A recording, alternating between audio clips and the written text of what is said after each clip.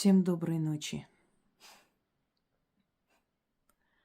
Друзья мои, хлеб насущный – это не просто еда, это жизнь. Если нет хлеба, если нет еды, то вся мысль человека направлена только на то, как бы насытиться самому и как насытить своих детей. Самое гнусное преступление, самое подлое преступление на этой земле – это морить голодом целые народы, целые города. Подлее ничего быть не может. Так поступали фашисты, поступали с Ленинградом, Сталинградом, пытаясь сломить сопротивление людей, морили их голодом. Слово «голод» не тетка, это не просто слова. За этим словом, за этими словами, за этим выражением скрывается ужас. Когда человек теряет свои силы, когда перед глазами человека начинают умирать родные и близкие от голода, человек звереет, он готов и способен на все, чтобы насытиться. В законе Хаммурапи мы знаем знаменитого великого царя Вавилона Хаммурапи, создателя свода законов. Там сказано, что если человек совершил кражу, чтобы насытиться или покормить своих детей, то это не считается кражей. В древние времена был такой внегласный закон. Когда человек собирал урожай в поле, он должен был какую-то часть оставить. Оставить бедным, оставить прохожим, оставить путникам, оставить бродягам. Если ветки дерева выходили за пределы сада, он не должен был собирать этот урожай с этих веток. Он должен был оставить их голодным. Если человек украл хлеб, то ему ничего не полагалось. Потому что человечество понимало, что есть физиологическая потребность. И когда эта физиологическая потребность достигает такой точки пик, то человек имеет право творить все, что угодно. Когда моей прабабушки мать, которая увидела, как сожгли ее сыновей, братьев, когда она сошла с ума, у нее бывали иногда просветы. И она говорила моей прабабушке: что бы ты ни сделала в этой жизни, на какой бы шаг ты ни пошла, тебе все простится, потому что ты голодная.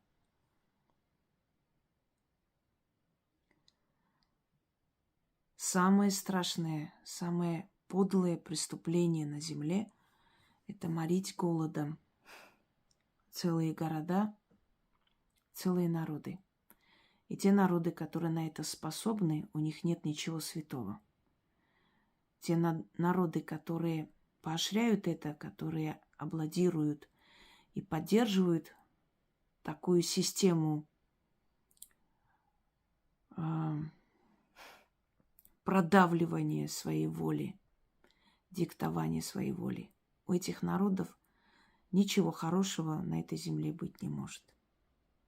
Никогда не поддерживайте такие подлые идеи. Были люди, был когда-то народ, который считал, что морить голодом целые города и селения – это всего лишь очень техничный, продуманный шаг по покорению других народов. И мы знаем, к какому краху этот народ пришел. Нарушая вселенские законы, человек не может быть счастлив, и народ не может быть счастлив. Я думаю, вы понимаете, о чем я. Подлостью достигается временная удача. Есть первозданные потребности человека, против которого идти нельзя. Идя против этого, невзирая на то, какая там цель, как это все оправдывается, идя против этого, против вселенского закона, против закона человечности, обязательно настигает расплата. Изучая древние книги, исторические книги, причем мне так везло, это так относительно говорю, мне встречалось все время, мне приводили, мне дарили, мне отправляли копии старинных книг, очень старых манускриптов. У меня огромное количество из старинных книг, именно касаемо магии, оккультизма, древних поверий, философии, этнологии. Но и в то же самое время даже запретные, то есть запрет на вывоз этих книг существует из определенных стран, но мне отправляли копии этих книг. И я очень-очень многое изучила, узнала из этих источников. Помните, как сказал Квазимода? Моими друзьями были Сократ, Аристотель. Вот моими друзьями тоже много лет моей жизни были великие писатели, философы древних времен, которых физически не было на этой земле, но духовно они стали моими учителями и очень многому меня научили. В армянских сказках есть такой персонаж – Матерь Девов. Девы – стражники, духи, стражники гор. Но если перевести с санскрите Деви, слово Деви означает Бог, боги. Младшие боги, боги земли, боги природные. Ну, как бы там ни было, в Закавказье девы – это, не всегда добрые персонажи, темные духи, темные стражники. Девы служили царям, девы спасали красавиц, девы похищали красавиц. Это некоторые путают их с драконами. Это не так. Драконы – это вишапы. Так вот, во многих сказаниях матери девов очень добрые существа, добрые создания. И очень часто спасают от своих детей, красавиц, других людей, которые похищены ими. Они их тайком выводят и отпускают, усыпляя своего сына, лаская его голову, целуя. Усыпляют своего сына, а потом тайком выводят и спасают красавиц. И в некоторых древних книгах сказано, что сельские женщины обращались к матери девов для того, чтобы та дала хлеб их детям. Что матери девов не только были добродушные, в этом есть некий смысл. Объясню, какой. От добродушной силы рождаются и тьма, и свет. То есть изначальная природа добрая, если так можно разделить. Изначальная природа справедливая. Вот она, матерь девов, и темных девов, и светлых девов. И если у них не было еды, они выходили ночью и просили, то есть обращались к матери девов, чтобы та покормила их детей. И на утро обнаруживали возле дверей еду. Или люди помогали. То есть она отправляла через людей или сама приходила и оставляла еду. И вот обращение там полностью не приводится, но вот приблизительно, как обращались и что просили, приводится этот текст в языческое время. И обращение это использовали не только в языческие времена, но и во времена христианства. Народ свои поверья, свои традиции, обычаи не хотел забывать и не забывал. И я хочу вам дать это обращение, которое составлено мной, исходя из того знания древнего, которое я смогла, то есть я увидела, изучила. Дива Марь, ее так называют, Матерь Девов. Ее нужно просить, если в вашей жизни трудное положение, а трудное положение может быть у любого человека. У меня были эти времена и пострашнее, и более трудные, чем можете себе представить, когда я тоже боялась, что завтра будет нечего есть. Я прошла все, что возможно пройти, поэтому я могу понять любого человека, и в этом нет ничего такого веселого, смешного, и это не тема для шуток. Голод – это страшная вещь.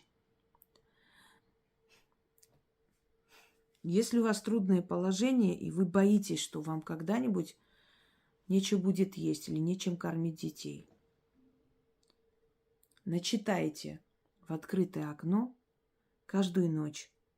Несколько ночей кряду. 6 ночей, предположим, кряду по 6 раз. И через некоторое время вам начнут приносить продукты. Вы найдете средства, вам отправят, может, старый долг, может, помощь, может, подарок, может, найдете деньги, как угодно. Но у вас всегда будет хлеб, у вас всегда будет еда. Скатерть-самобранка, кстати, которую идею многие украли, хорошо, что я есть, что бы вы без меня делали, с голоду бы пухли. Скатерть-самобранка, она направлена тоже на еду, чтобы всегда была еда. Можно совместно, вместе сделать эти работы. Но она направлена больше на такой, знаете, достаток, на такую хорошую еду, чтобы каждый день было разнообразие еды. Этот же заговор направлен на то, чтобы, если в трудном вы положении, чтобы на каждый день был хлеб, была еда в вашем доме. Открывайте окно, читайте вечером или ночью, в сумерки, в темное время суток. Я составила на армянском языке и на русском языке. Вы можете и так читать, будет эффект сильнее. Можете отдельно читать. Ով դիվամայր, գթարատ մայր, հաց ես թխում, ոսկե հասկից, բաժանում ես հաց բոլորին, հարուստին ու չքավորին, անցորդներին, մեծ ու փոքրին, ամենօրյա մեր հացն էլ տուր, ով դիվամայր, դևերի մայր, գթասիրտ մայր, մեզ էլ հաց տուր, ով սոված է թող կշտանա, թող զորանա, այդպես լինի։ Ով դիվամայր, գթարատ մայր, հաց ես թխում ոսկե հասկից, բաժանում ես հաց բոլորին, հարուստին ու չքավորին, անցորդներին, մեծ ու փոքրին։ Ամենօրյա մեր հացն էլ տուր, ով դիվամայր, դևերի մայր, գտա սիրտ մայր, մեզ էլ հաց տուր, ով սոված է, թող կշտանա, թող զորանա, այդպես լինի։ Ով դիվամայր, գթառատ մայր, հաց ես թխում ոսկե հասկից, բաժանում ես հաց բոլորին, հարուստին ու չքավորին, անցորդներին, մեծ ու փոքրին, ամենօրյա մեր հացն էլ տուր, ով դիվամայր, դևերի մայր, գթա սիրտ մայր, մեզ էլ հաց տուր, ով սոված է, թող կշտանա, թող զորանա, այդպես լինի։ Я думаю, 3 раза достаточно. Теперь на русском. О матери девов, милосердная матерь, ты хлеб печешь из золотой пшеницы, раздаешь тот хлеб богатым и нищим, прохожим, старым и молодым. Дай нам тоже хлеб насущный. О Матерь Девов, милосердная Матерь, дай и нам свой хлеб. Кто голоден, насытится. Был слабый, пусть усилится. Да будет так. О Матерь Девов, милосердная Матерь, ты хлеб печешь из золотой пшеницы. Раздаешь тот хлеб богатым и нищим, прохожим, старым и молодым. Дай нам тоже хлеб насущный. О Матерь Девов, милосердная Матерь, дай и нам свой хлеб. Кто голоден, насытится. Был слабый, пусть усилится. Да будет так. О Матерь Девов, милосердная Матерь, ты хлеб печешь из золотой пшеницы. Раздаешь тот хлеб богатым и нищим, прохожим, старым и молодым. Дай нам тоже хлеб насущный. О Матерь Девов, милосердная Матерь, дай и нам свой хлеб. Кто голоден, насытится. Был слабый, пусть усилится. Да будет так. Запомните, народы, которые морят голодом других, чтобы завладеть их землей, эти народы навлекают на свою голову и на свое поколение тысячи проклятий. И ничего хорошего в будущем их не ждет. Не все методы хороши для того, чтобы добиваться своих подлых целей. В Советском Союзе такое уже творили с народом. И те, кто творили, знаете, чем закончили. Вселенная все записывает и однажды возвращает вашим детям и добро, и зло, и подлость, и благородство. Всем удачи! Да, и напомню армянскую пословицу. Твое добро и зло однажды выйдут навстречу твоим детям. А я скажу так. Морите голодом народ, однажды этот голод выйдет навстречу вашим потомкам. И да будет так. Каждому по заслугам. Всем удачи!